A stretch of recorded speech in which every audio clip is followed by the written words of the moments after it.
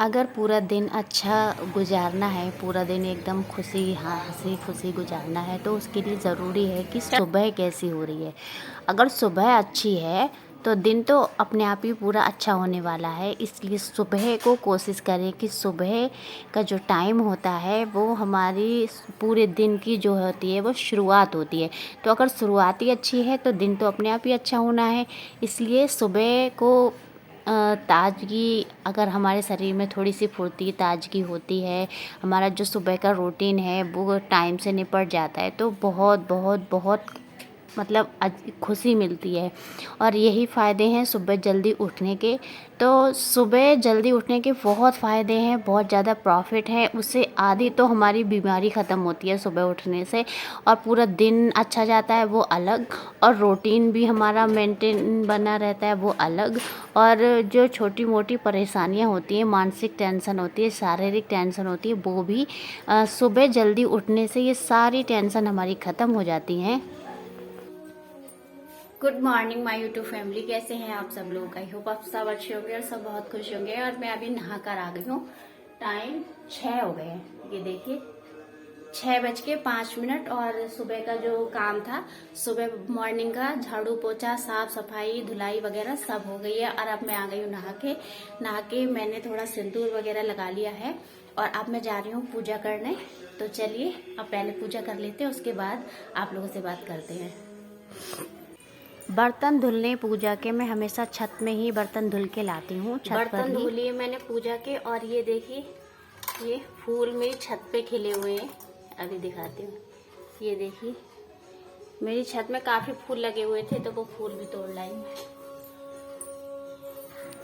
क्योंकि छत पे रखे हुए हैं बहुत सारे पेड़ पौधे गमले, और गमलों में जाहिर सी बात है कि मिट्टी होती है। और मैं अपने पूजा के बर्तन हमेशा हमेशा मिट्टी से ही धुलती हूँ। किसी भी पीताम्बरी सरफ साबुन से मैं अपने बर्तन नहीं धुलती हूँ। मेरे पूजा के बर्तन हमेशा चमचमाते रहते हैं। और सिर्फ क्या है, बस मिट्टी ऊपर छत में ले जाती हूँ। छत में एक टैब लगी हुई है, पानी की व्यवस्था है छत में, तो बर्तन ले जाती हूँ ऊपर। गमले की मिट्टी क्योंकि वो सही है, गमले की मिट्टी निकालती हूँ, और हाथ से ही, कोई स्क्रबर भी नहीं है, हाथ से गमले की मिट्टी निकालती हूँ, सारे बर्तन मांजती हूँ और बर्तन मेरे चमचमाते रहते हैं। और अब आ गई मैं बर्तन धुल के। तो मेरे छत में काफ़ी फूल लगे हुए हैं, सफ़ेद कलर के फूल हैं, गुलाब के हैं, सदाबहार के हैं, बहुत सारे फूल लगे होते हैं। तो मुझे पूजा के लिए फूल भी मिल जाते हैं। और यहाँ पर क्योंकि जैसे हमारे मंदिर में शंख घंटी और कान्हा जी तीनों ही हैं जिन्हें मैं नहलाती हूँ। तो एक पीतल का फूल का बेला है जिसमें रख के मैं शंख घंटी और कान्हा जी को नहला देती हूँ। और वो जो नहाया हुआ जल है वो भी मैं वापस ऊपर छत में गमले में ही डालाती हूँ, क्योंकि बर्तन धुलती हूँ मैं छत में। तो सूर्य भगवान को जल भी मैं छत पे चढ़ा के उसके बाद ही अपनी नीचे की आके पूजा करती हूँ। और सबसे पहले सूर्य भगवान को जल ही अर्पित किया जाता है, उसके बाद ही नीचे जो भगवान आपके मंदिर में हैं और जो पूजा पाठ होती है वो बाद में ही करनी चाहिए। सबसे पहले सर्वप्रथम जल, सबसे पहले स्नान और जल अर्पित सूर्य भगवान को ही किया जाता है। तो मैंने उन्हें कर दिया, और उसके बाद जो सफ़ेद फूल होते हैं वो शंकर जी को चढ़ते हैं। और रेड में गुलाब का फूल भी मेरी छत में खिला हुआ था, तो गुलाब का फूल मैं लाई हूँ। लाल फूल हनुमान जी को पसंद है तो वो गुलाब का फूल मैंने हनुमान जी को अर्पित कर दिया। शंकर जी को मैंने सफ़ेद पुष्प अर्पित कर दिए, और भी जो मेरे भगवान मंदिर में विराजमान हैं उन्हें सभी को एक एक फूल अर्पित कर दिया। और मेरे क्योंकि चंदन और सिंदूर और रोली तीनों ही चीज़ें रखती हूँ। जो सिंदूर है, जो लाल वाला सिंदूर होता है वो देवी जी को लगा दिया जाता है, जितनी भी देवी जी बैठी हुई हैं उन्हें लगा देते हैं। और जो चंदन है वो विष्णु भगवान को, कान्हा जी को और शंकर जी को और श्री रामचंद्र जी को मैं लगाती हूँ चंदन। और जो पीला वाला सिंदूर होता है वो तो सभी को पता है कि वो हनुमान जी को प्रिय है। तो आज है मंगलवार, तो हनुमान जी के लिए उसमें एक बूंद चमेली का तेल डाल के हनुमान जी को तिलक कर दिया।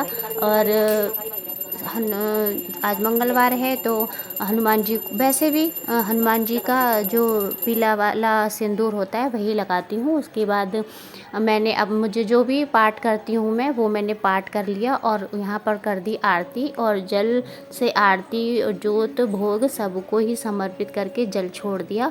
और आसन के पैर 3 बार ज़रूर छूती हूँ मैं।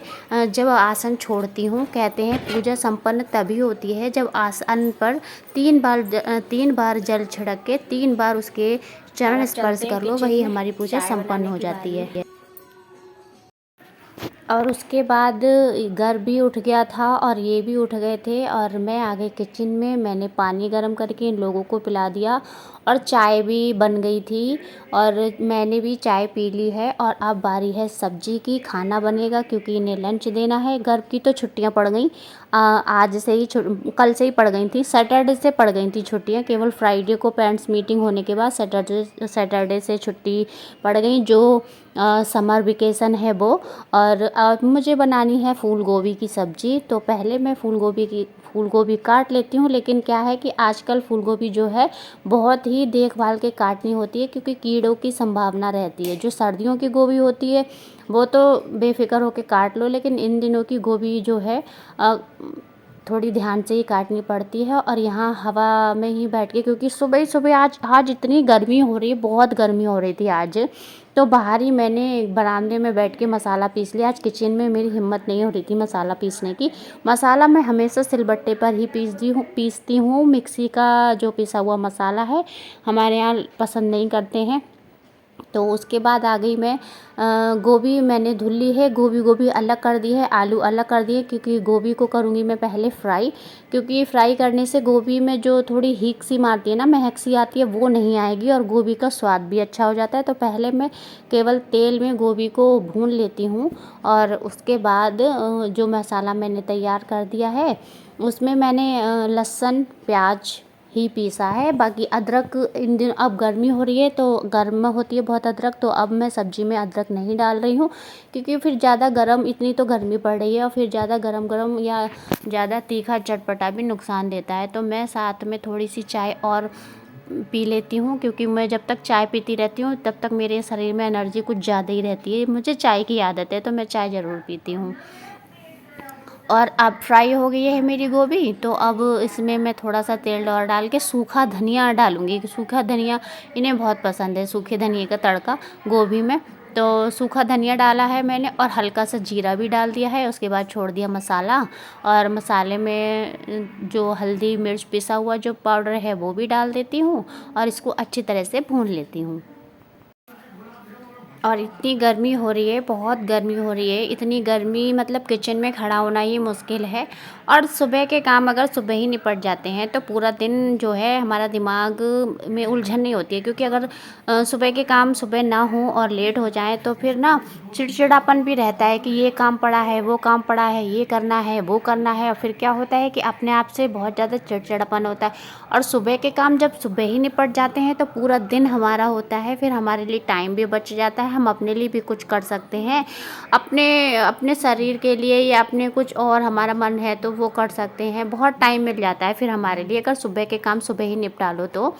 और यहाँ गोभी छौंकने के बाद मैंने थोड़ी सी कसूरी मेथी भी डाल दी है, उससे थोड़ा अच्छा स्वाद आ जाता है। और मुझे ऐसा लग रहा है कि किचन का काम जल्दी से निपट जाए, क्योंकि एकदम जी घबरा रहा है, बहुत गर्मी हो रही है आज।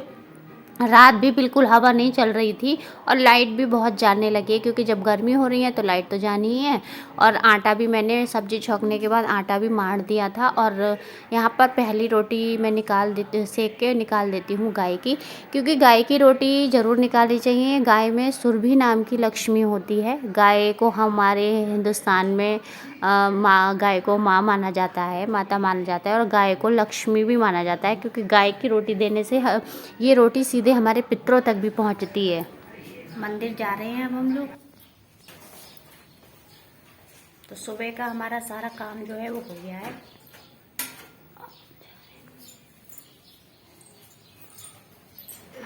और घर का सारा काम ख़त्म करने के बाद मैंने बर्तन भी धुल दिए, सब काम बिल्कुल फ्री हो गई और मैं आ गई अब मंदिर। और अभी सुबह के 8 ही बजे थे। 8 बजे तक मेरा फाइनली सारा ही काम हो गया था और 8 बजे थे तो अभी मंदिर जाने का भी टाइम था मेरे पास। तो मैं अपने बेटे को मंदिर लेकर आती हूँ क्योंकि इसकी छुट्टियाँ पड़ गई हैं, तो मैं इसको भी मंदिर ले आती हूँ तो कम से कम जल चढ़ाना सिखा दूँगी।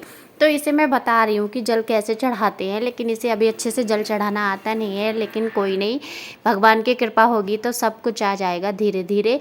मेरे साथ आएगा मंदिर, अभी तो चाहे जैसे भी आ रहा है लेकिन धीरे धीरे सीख जाएगा। तो मैंने कहा देखो मैं कैसे चढ़ा रही हूँ उसी तरीके से तुम भी जल चढ़ाओ।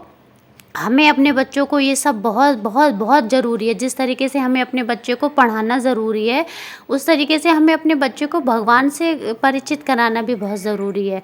क्योंकि यही भविष्य है हमारा। आगे चल के ये इनका भविष्य यहीं छुपा हुआ है, यहीं से बढ़ेंगे वो आगे।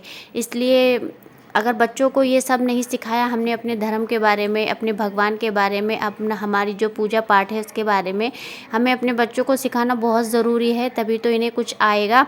अगर हम इन्हें भगवान से परिचित नहीं कराएंगे तो शायद ये कभी भी परिचित नहीं होंगे। तो मैं कोशिश कर रही हूँ कि मैं अपने बेटे को भगवान के प्रति जोड़ूँ, उसके दिल में उनके लिए श्रद्धा भक्ति बढ़ाऊँ। लेकिन ये सब मैं नहीं कर सकती। मैं कौन होती हूँ ये सब करने वाली? ये सब कुछ करने वाले तो भगवान हैं। इसलिए सब कुछ उन्हीं पर छोड़ देना चाहिए, अपना कर्म करते रहना चाहिए, बाकी सब भगवान पे छोड़ देना चाहिए। वीडियो अच्छी लगे तो लाइक कीजिए, चैनल को सब्सक्राइब कीजिए। Okay, bye.